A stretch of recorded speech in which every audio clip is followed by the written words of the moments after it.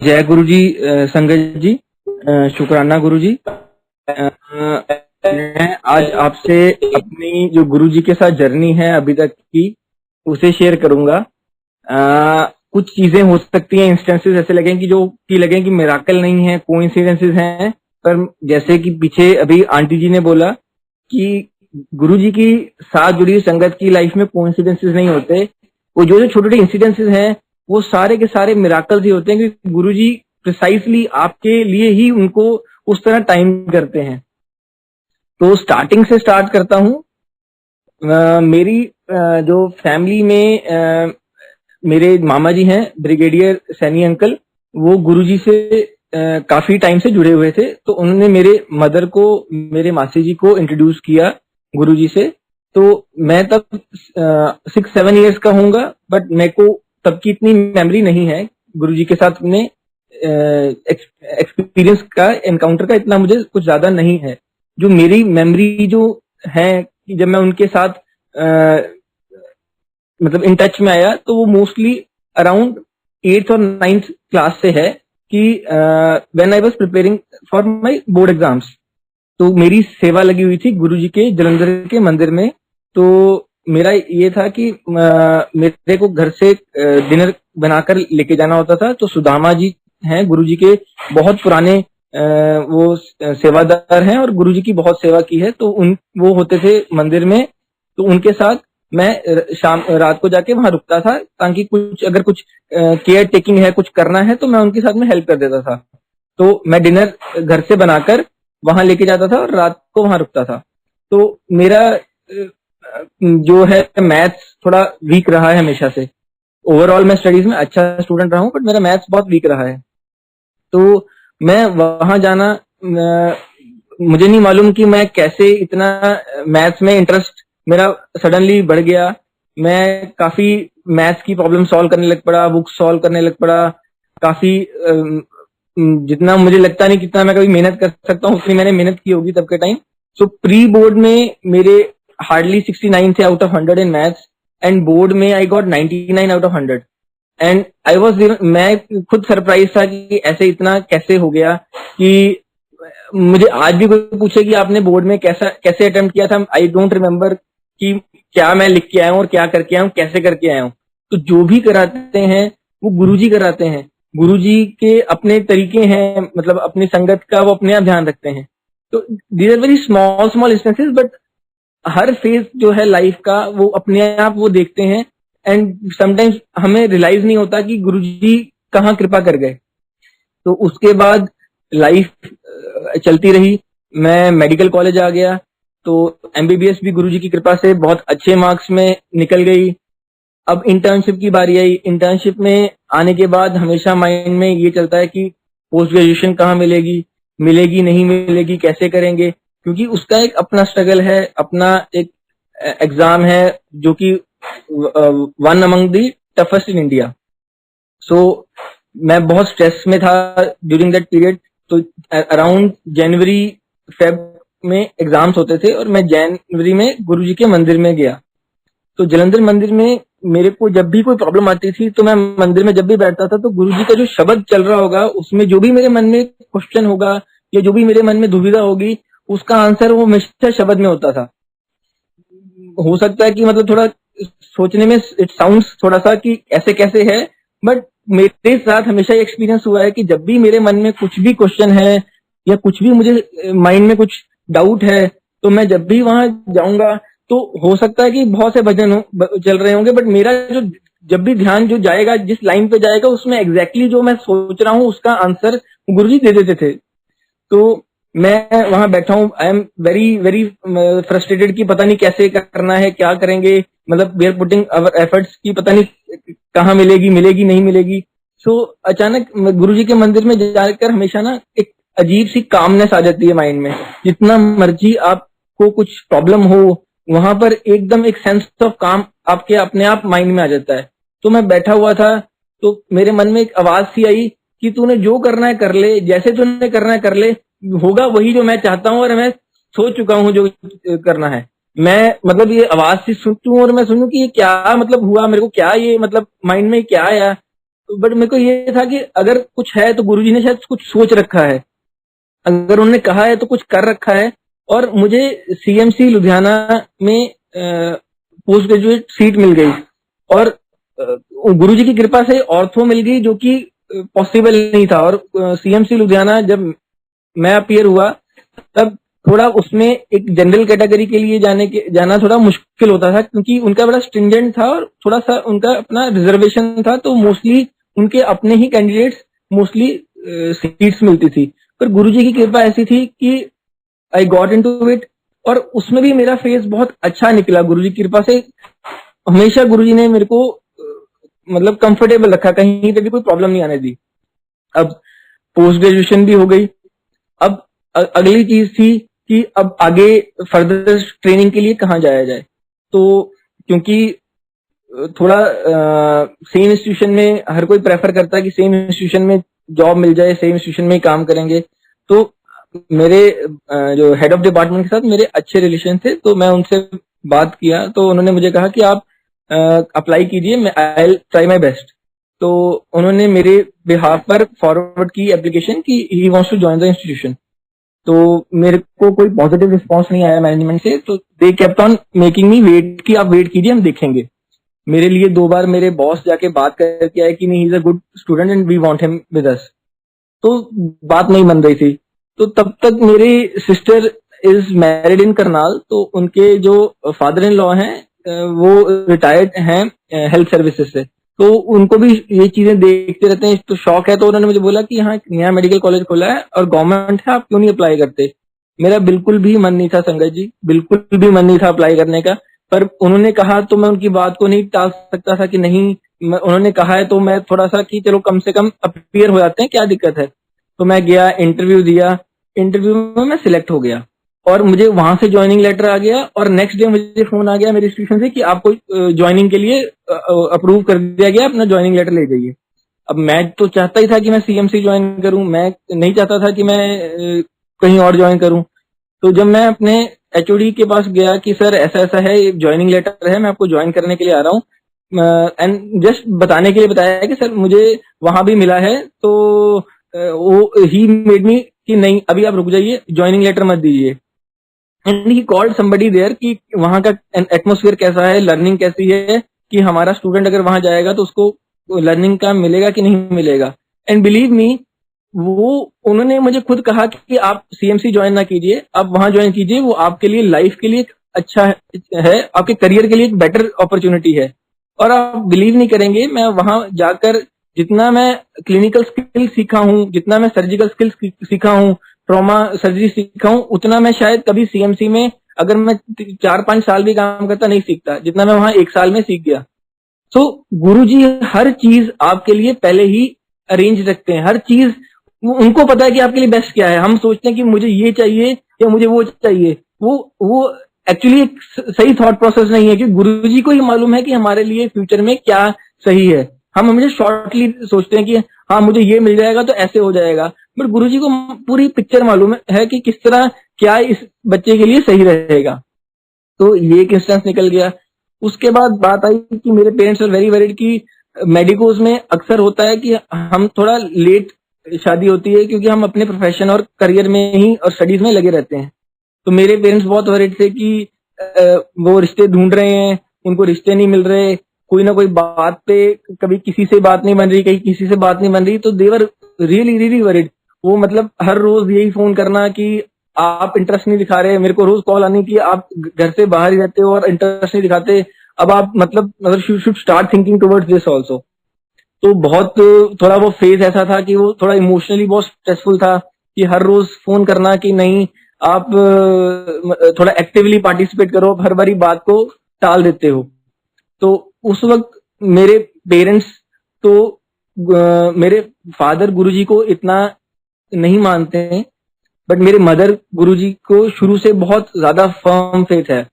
तो उन्होंने गुरुजी के मंदिर में गए, इवन मेरे फादर को भी वो over the years he has pushed him, and बहुत बार अब उनके जो जैसे उन्होंने लाइफ में देखा है कि काफी अच्छी चीजें हुई हैं गुरुजी के जो ये छोटे छोटे मिराकल्स हैं, ये उन्होंने एक्सपीरियंस किए हैं, तो वो भी अब थोड़ा उनका भी गुरुजी की तरफ थोड़ा सा हो गया है अटैचमेंट। तो वो भी गए कि इसकी कोई बात नहीं कहीं बन रही, तो अचानक आउट ऑफ द ब्लू उन्होंने कुछ रिश्ते ढूंढे और उन्होंने कहा कि इनके साथ आपने मीटिंग करनी है। एंड वो एक पर्टिकुलर कोई मैच उन्होंने निकाला विच मेरे को I was not interested in that. मैं उसको स्पेसिफिकली उनको कह रहा था कि आई एम नॉट इंटरेस्टेड, क्योंकि वो एक डॉक्टर फैमिली से था। थोड़ा सा I was hesitant to marry somebody with मतलब डॉक्टर बैकग्राउंड, बिकॉज मुझे था कि शायद दे विल थोड़ा सा बी डोमिनेंट ऑन मी कि मतलब वी आर ऑल डॉक्टर्स, तो आप इस तरह काम कीजिए उस तरह काम कीजिए, I might not be comfortable. थोड़ा सा वो मेरी परसेप्शन थी। तो मेरे पेरेंट्स थे कि नहीं रिश्ता अच्छा है तो आप एक बार मिल लीजिए, अगर आपको नहीं अच्छा लगता तो कोई बात नहीं, वो तो बात की बात है, पर आप मिले बगैर कैसे डिसाइड कर सकते हैं। And believe me, I married that girl only. और मैं इतना ज्यादा गुरुजी का आज भी शुक्राना करता हूं कि मुझे अब रियलाइज होता है कि गुरुजी जो करते हैं उनसे बेहतर हमारे लिए कोई नहीं सोच सकता। वो जो प्रिसाइजली सोचते हैं वो सबसे बेस्ट होता है। और वो मेरी वाइफ आंटी जी जो मेरे उसमें आई हैं लाइफ में, she has been such supportive person. इतने अच्छी मेरे को लगता है कि शायद मैं ना डिजर्व करता हूं और ना शायद मैं कभी इतना मतलब अच्छे इंसान को कभी मेरी लाइफ में आ सकता था, बट गुरुजी की कृपा है कि मेरे को इतनी अच्छी एक पार्टनर मिली। अब वो भी फेज निकल गया। अब आगे का है कि अभी इस अप्रैल में, क्योंकि आपको सबको मालूम है कोविड पूरे इंडिया में फैला हुआ था, तो मेरी मदर को अप्रैल के एंड में थोड़ा सा फीवर की बारे में बता रहे थे कि मुझे कुछ फीवर सा लग रहा है, कुछ गला सा खराब लग रहा है। I am currently in Hyderabad, I am far away from my mom, she is in Punjab. So उस वक्त भी मैं हैदराबाद में ही था। तो आई सेड कि आप एक बार अपना बेसिक ब्लड टेस्ट कराइए, और अपने कुछ फ्रेंड्स हैं जो जलंधर में, तो मैं उनको कहा कि आप उनसे मिलिए और कुछ ब्लड टेस्ट वगैरह जो बोलते हैं आप वो करवाइए। तो उसमें कोविड का एंटीबॉडी होता है, आईजीएम आईजीजी एंटीबॉडीज होता है, वो सब टेस्ट कराए तो उसमें वो नहीं आया, तो उसमें सब नेगेटिव था। तो मैंने कहा कोविड नहीं है प्रोबेबली। मैंने डॉक्टर से भी कंसल्ट किया तो उन्होंने कहा कोई बात नहीं, आप ऑब्जर्व कीजिए, और मैक्सिमम क्या है अगर फीवर भी है, वायरल फीवर भी हो सकता है, तो आप डोलो दीजिए, तो आप देखते हैं कैसा है। तो बाय 28 और 29 April she was doing better, she was much better. But around 5th of May again she started complaining कि उनको फीवर आना शुरू हो गया है फिर से, और वो अब फीवर के स्पाइक्स बढ़ गए हैं, अराउंड 100-101 होना शुरू हो गया है। And she is not that much comfortable, weakness और ये सब सिम्टम्स बढ़ गए हैं। तो again I consulted my doctor and we started her on some antivirals, और कुछ दवाइयां जो कोविड के लिए स्टैंडर्ड यूज कर रहे थे वो सब उनको स्टार्ट कर दी। और एक बार जस्ट फॉर सेक ऑफ कह लीजिए कंफर्मेशन, तो एक बार आरटीपीसीआर कराया कि शायद कोविड मतलब जैसे सिम्टम है तो शायद कोविड ही हो, मे बी पहले नहीं था रिपोर्ट्स में आया, तो अब चेक कर लेते हैं। तो बाई चांस ही came out to be COVID positive, और मेडिसिन स्टार्ट कर दी, she started improving. Again 3 days down the line, 3 दिन बाद फिर से उनको फीवर का स्पाइक बढ़ना शुरू हो गया। बीच में उनका फीवर बिल्कुल खत्म हो गया, सब कुछ ठीक हो गया। अगेन 3 दिन बाद फीवर बढ़ना शुरू हो गया। हम फिर घबरा गए कि क्या बात हो गई। तो तब सीटी स्कैन कराया, उनके लंग्स में काफी चेंजेस आ गए थे। देयर इज अ स्कोरिंग, तो वो स्कोरिंग 14 out of 25 थी उनकी, जो कि एक अच्छी बात नहीं होती। और उनकी एज और उनको ऑलरेडी काफी प्रॉब्लम्स हैं, कोमॉर्बिडिटीज हैं, तो उनके लिए बहुत बुरी बात थी। मैं बहुत डर गया, और she got admitted on 12th of May। अब बात यह है कि मेरी सिस्टर जो है मंजरी आंटी, वो गुरुजी की बहुत मतलब फॉलोअर हैं, और गुरुजी को से बहुत ज्यादा वो बिलीव करते हैं। तो वो अक्सर सत्संग भी करते हैं, और ये मतलब काफी एक्टिवली मतलब संगत के साथ भी इंटरेक्ट करते हैं। तो उन्होंने उनसे किसी ने पूछा कि आपके में से किसी ने सत्संग करना है, तो ये बात है अराउंड मार्च की या अप्रैल स्टार्टिंग की। तब तक मेरे मदर की रिपोर्ट पॉजिटिव वगैरह कुछ नहीं था, और she was absolutely fine. So she said कि मेरा ब्रदर थोड़ा शाय होता है, बट वो अपने लाइफ के एक्सपीरियंसेस शेयर करेगा, तो आपको मैं उनसे एक बार बात कर लेती हूँ, और अगर वो विलिंग है तो आप उनके साथ मतलब ही कैन डू द सत्संग। तो मेरे को अप्रैल में उन्होंने पूछा, तो मैंने कहा कि मैं विलिंग हूँ। तो उन्होंने मुझे डेट दी 13 मई। This is before even my mother got admitted, मतलब किसी को और शी बिकेम पॉजिटिव। तो 13 मई की ऑलरेडी मुझे डेट सत्संग की दी हुई थी, और 12 मई को मेरे मदर एडमिट हुए हैं, and she was not doing fine. उनको रेमडेसिविर और सब मेडिसिन चल रही हैं। और 13 मई को मेरा मतलब जो इमोशनल कंडीशन थी वो ऐसी नहीं थी कि मैं सुबह सत्संग कर सकूं। मैं literally I was like crying, क्योंकि मैं किसी कारण हैदराबाद में स्टक था। I couldn't come to my mom, and my mom was with my sister and my father. तो मुझे बहुत डर था कि होपफुली एवरीथिंग मतलब स्टेज राइट। तो मेरी सिस्टर जो कि मंजरी आंटी ने मुझे कहा कि देखो, गुरुजी ने कुछ सोचकर ही सत्संग आपका पहले से 13 का प्लान किया है। आप मतलब इमोशनल में आके मतलब सोचिए ना कि आप नहीं करेंगे।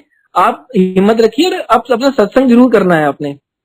और आप मानेंगे नहीं कि 13 को मैंने सत्संग किया है मॉर्निंग में, 12 को एडमिट हुए हैं, 12 से वो डिटोरेट हो रहे थे। 13 को उनकी सारी रिपोर्ट, सीआरपी सब कुछ बढ़ रहा था, और काफी तेजी से बढ़ रहा था। 13 के बाद उनके ऑक्सीजन जो लगी हुई थी उसके मास्क में से उनको गुरुजी की फ्रेग्रेंस फील हुई। मेरे फादर जो ज्यादा मतलब नहीं इतना गुरुजी में विश्वास रखते थे, उनको अपने जो नॉर्मल N95 मास्क यूज करते हैं उसमें से फ्रेग्रेंस फील हुई। इवन ही वाज सरप्राइज, क्योंकि वो इतना विश्वास नहीं करते थे गुरुजी को बिफोर दिस एपिसोड। तो वो मतलब इतना नहीं मानते थे। अब उसके बाद वो काफी उनमें भी चेंजेस आए हैं, वो भी काफी गुरुजी को मानने लग पड़े हैं। तो उनको अपने मास्क में से गुरुजी की फ्रेग्रेंस आए। मेरे मदर को उनकी ऑक्सीजन के जो हॉस्पिटल में ऑक्सीजन मास्क लगा हुआ उसमें से फ्रेग्रेंस आए। और उनकी सारी reports after 13 started drastically improving. उनके सीआरपी लेवल्स ऑलमोस्ट हाफ हो गए 14 की रिपोर्ट में मॉर्निंग की। तो जो भी गुरुजी सोचते हैं, गुरुजी का जो प्लान है हम सबको नहीं लगता, हमें नहीं पता लगता। हम सब इंसान हैं, अपने उसमें चलते रहते हैं। कुछ प्रॉब्लम आती है तो कहने लगते हैं गुरुजी आप मदद नहीं कर रहे, गुरुजी कर नहीं रहे। पर देखिए, हमें अपने कर्म तो काटने ही हैं, अच्छे किए हैं बुरे किए हैं दोनों काटने हैं। पर गुरुजी हैं जो हमारा हाथ पकड़ के हमारे बुरे टाइम में भी हमें बड़े आराम से निकाल लेते, जो कि हम कभी सोचते नहीं है, हमें लगता नहीं है, बट हमें गुरुजी बहुत सी प्रॉब्लम से बचा लेते हैं। और my mother is absolutely fine now, बिल्कुल ठीक होके आराम से घर आ गए इन 7-8 डेज। जबकि उनकी जिस तरह इनिशियल कंडीशन थी, मतलब इट वॉज वेरी थोड़ा सा मतलब वी आर वेरी फियरफुल कि कुछ भी हो सकता है because of her age and comorbidities. उनको काफी प्रॉब्लम्स हैं। तो गुरु जी का बहुत बहुत शुक्राना कि मेरे मदर को बिल्कुल ठीक करके उन्होंने वापस भेजा। अभी ये खत्म हुआ था तो my wife was expecting during that time, और दैट इज वाई मैं अपनी मदर के पास नहीं आ पाया, क्योंकि कोविड के एक्सपोजर को अवॉइड करने के लिए। सो मेरी वाइफ गुरुजी के बर्थडे पे ही वापस चंडीगढ़ लैंड हुई थी। फॉर मतलब she return back from Hyderabad because उनका लास्ट मंथ चल रहा था, तो she wanted to be near the family की डिलीवरी वहीं कराएंगे। तो गुरुजी के का जो बर्थडे का दिन ही उन्होंने चुना, कह लीजिए कोइंसिडेंस है या गुरुजी का ही प्लान था। तो वो चंडीगढ़ उतरे और गुरुजी के सत्संग से सबसे पहले मेरी सिस्टर के घर में उस दिन सत्संग था मंजरी आंटी के, तो उनके रेजिडेंस से एयरपोर्ट से पहले उनका मत्था टेक के जल प्रसाद लेकर फिर अपने घर गए। तो सब कुछ ठीक निकल गया। अब जो उनका लेटर पार्ट था 9th मंथ था, तो उन्होंने गायनाकोलॉजिस्ट को चेक कराया। तो कुछ डेट्स को लेके देयर वाज सम कंफ्यूजन। तो उन्होंने कहा कि डेट्स का इशू है और ब्रीच है बच्चा, तो सिजेरियन ही करना पड़ेगा। तो सिजेरियन का प्लान कीजिए, 1 अगस्त को कराना है या 10 अगस्त को कराना है, वो आपकी मर्जी है। सो बाद में ये कहते हुए डॉक्टर ने कह दिया कि आप 1 अगस्त को करा लीजिए, फर्स्ट एक अच्छा दिन है, तो 1 अगस्त को करेंगे, फर्स्ट बच्चा निकालेंगे आपका। तो because my mother in law is also doctor और मेरी वाइफ भी डॉक्टर है, तो जो डॉक्टर है वो भी हमारा नोन में ही था। तो वी सेड कि okay it's okay. And 10th को उन्होंने कहा कि मैं बीच में 5th से लेके 7th तक छुट्टी पे हूँ, तो उसके बाद से 10th को करूंगी। तो मेरे मदर इन लॉ और थोड़ी वाइफ डरे हुए थे कि कुछ अगर प्रॉब्लम होती है तो हम मतलब 5th को कुछ हो जाए तो डॉक्टर भी अवेलेबल नहीं है, तो बेटर है कि हम 1 अगस्त को ही कराएंगे। तो उन्होंने मुझे भी इन्फॉर्म किया और मैं भी वापस चंडीगढ़ आ गया। तो बच्चा 1 अगस्त को सिजेरियन हुआ, आराम से बाहर आया। She gave birth to a baby boy. अभी बच्चा हार्डली 1 घंटा या 2 घंटा हुआ था और बाहर आए को। तो मेरी जो वाइफ की भाभी है वो पीडियाट्रिशियन है, तो उन्होंने नोटिस किया कि बच्चे को ब्रीदिंग प्रॉब्लम हो रही है, वो काफी एफर्ट दे रहा है, जबकि उसको कोई प्री जो एंटीनेटल में कोई स्कैन में कोई प्रॉब्लम नहीं थी, उसका अभी भी कोई ऐसा प्रॉब्लम नहीं थी। तो हम भी सब कंफ्यूज थे कि क्या हुआ है। तो उनके जो हॉस्पिटल के न्यूरोलॉजिस्ट ने कहा कि कोई बात नहीं, बच्चों को कई बार हो जाता है, तो आज के दिन ऑक्सीजन में रख के देखते हैं। वो जनरली बच्चे 24 आवर्स में रिकवर कर जाते हैं। और अभी तक ना उसकी मदर ने ना मैंने बच्चे को अभी उठा के भी नहीं देखा था, क्योंकि हम अंदर सिजेरियन की सर्जरी में ही थे जब बच्चा बाहर शिफ्ट हुआ है।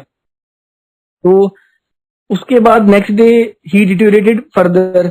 उनके बच्चे के लंग्स में कुछ लीजन्स आने शुरू हो गए, उनकी जो रेस्पिरेटरी डिस्ट्रेस था वो और बढ़ गया।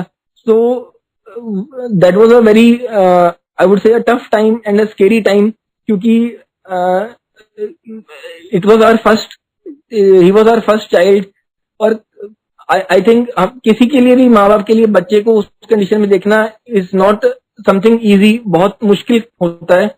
Being doctors, that day I realise कि it's easier to stand from the other side as a doctor and say कि हम अपना बेस्ट कर रहे हैं और घबराइए नहीं। But from a patients perspective it becomes a very tough thing. बहुत मुश्किल होता है कि कोई अपना तकलीफ में देखना।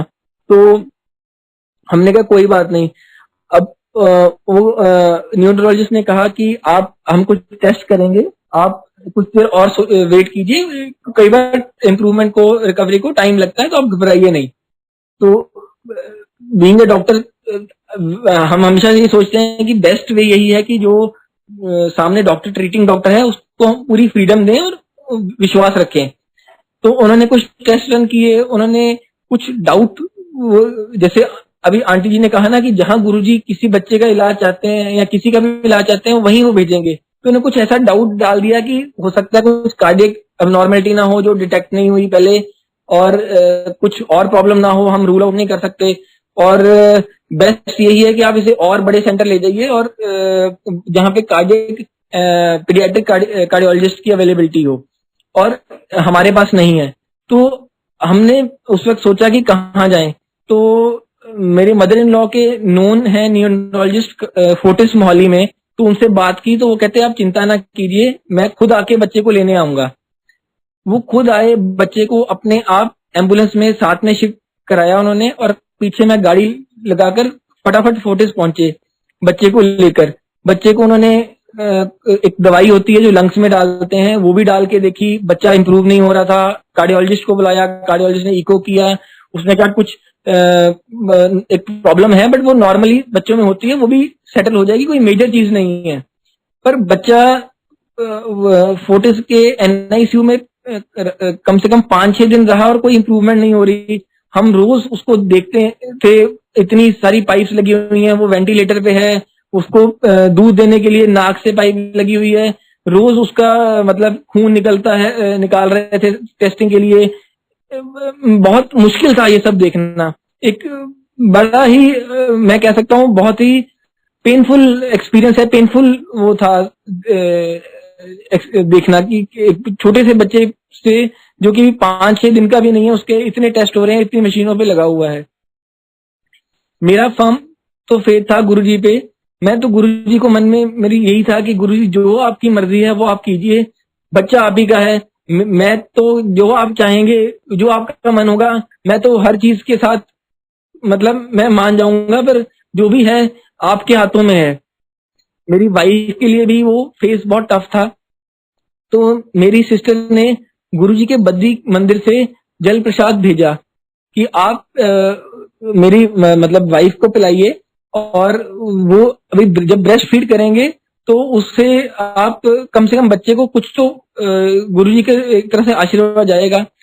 आप मानेंगे नहीं कि प्रसाद के बाद ब्रेस्ट फीडिंग जब भी करते थे, उसके कुछ दिनों में बच्चे के काफी ड्रास्टिक इंप्रूवमेंट आनी शुरू हो गई। आगे जो रिपोर्ट्स ऑलमोस्ट एक स्टेबल रहती थी, ना वो गिरती थी ना इंप्रूव होती थी, वो इंप्रूवमेंट की तरफ शुरू हो गया। बच्चा काफी हद तक रिकवर कर गया बाय 11th और 12th डे। और मेरे को 12th को मैं जनरली इतना फेसबुक वगैरह नहीं खोलता, तो 12th को मैंने जस्ट अपना फेसबुक खोला तो गुरुजी के ही पेज, बड़े मंदिर का एक पेज है, उसका ऊपर मैसेज आया बड़ा बड़ा कि जा तेरी झोली च पा देता हैगा, जा ऐश कर शुक्राना कर।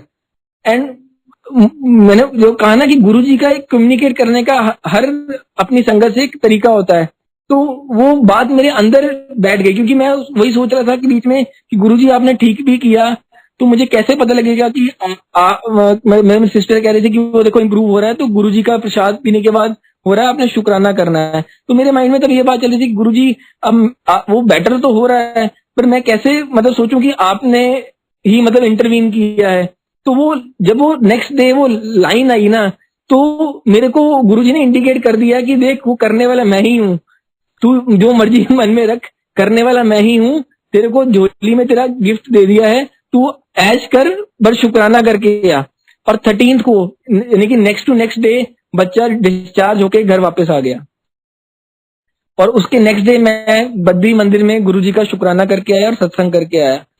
तो लाइफ में जितने भी प्रॉब्लम्स आती हैं, जो मैं अपने एक्सपीरियंस से शेयर कर सकता हूँ कि गुरुजी अपने आप हर चीज मैनेज करते हैं। हम डेफिनेटली स्ट्रेस होते हैं, हमें डर जाते हैं क्योंकि हम इंसान हैं, हमें लगता है कि कैसे होगा, पर गुरुजी पे अगर फेथ हम रखेंगे प्रॉपर, और गुरुजी हर चीज का अपने आप सोल्यूशन देते हैं। हर चीज जो है वो उनका एक टेस्ट कह लीजिए, और हर चीज जो है वो हमारे कर्म ही है जो हमें भुगतने हैं। पर गुरुजी का अगर हम गुरुजी को पकड़ के रखेंगे, अपने उनका साथ नहीं छोड़ेंगे, तो हमें कोई प्रॉब्लम नहीं आएगी। My child is now 3.5 months and वो एकदम फिट एंड फाइन है, बिल्कुल कोई प्रॉब्लम नहीं है, कोई लॉन्ग टर्म उसमें कोई इश्यू नहीं है, सब कुछ एकदम ठीक हो गया है। He is absolutely fine, absolutely normal, healthy as any other kid. तो गुरुजी के इतने मैं कह सकता हूं कि इतने ज्यादा मिराकल्स रहे हैं, इतनी चीजें उन्होंने जिंदगी में मेरी इम्प्रूव की हैं या मुझे दी हैं कि जिसका मैं शायद किसी सत्संग में इतना मतलब इतने ज्यादा हैं कि वो मैं शेयर करने का मतलब कर ही नहीं सकता, इतने ज्यादा हैं। छोटे छोटे इंसिडेंसेस हैं जो हमें लगता है कि मतलब ये इसमें क्या बड़ी बात है, बट गुरुजी अपने बच्चों की छोटी से छोटी चीजों का भी ध्यान रखते हैं। जब मैं सेवा में था तो मेरा कई बार मन मतलब बच्चा था तो मन होता है कई बार आज फ्रूटी पीने का मन हो रहा है, पर बाई चांस कोई सेवा में फ्रूटी गुरुजी के वहां पर फ्रूटी दे जाते थे या कुछ दे जाते थे, तो मतलब जो भी आपके मन में भाव आएगा कि मुझे ये चाहिए, गुरुजी आपको वो चीज दे देते हैं। तो गुरुजी इज एक्चुअली महाशिव है। गुरुजी का बहुत बहुत शुक्राना। गुरुजी ने इतना कुछ दिया है कि जिसका कुछ मैं जितना भी शुक्राना करूं वो कम है। गुरुजी का शुक्राना कर करके जिंदगी भी निकल जाए तब भी वो कम है, इतना गुरुजी ने दिया है। तो मैं संगत जी को से का भी धन्यवाद करना चाहता हूँ, शुक्राना करना चाहता हूँ कि मुझे मौका दिया अपना एक्सपीरियंस गुरुजी के साथ जो है वो शेयर करने के लिए। जय गुरुजी।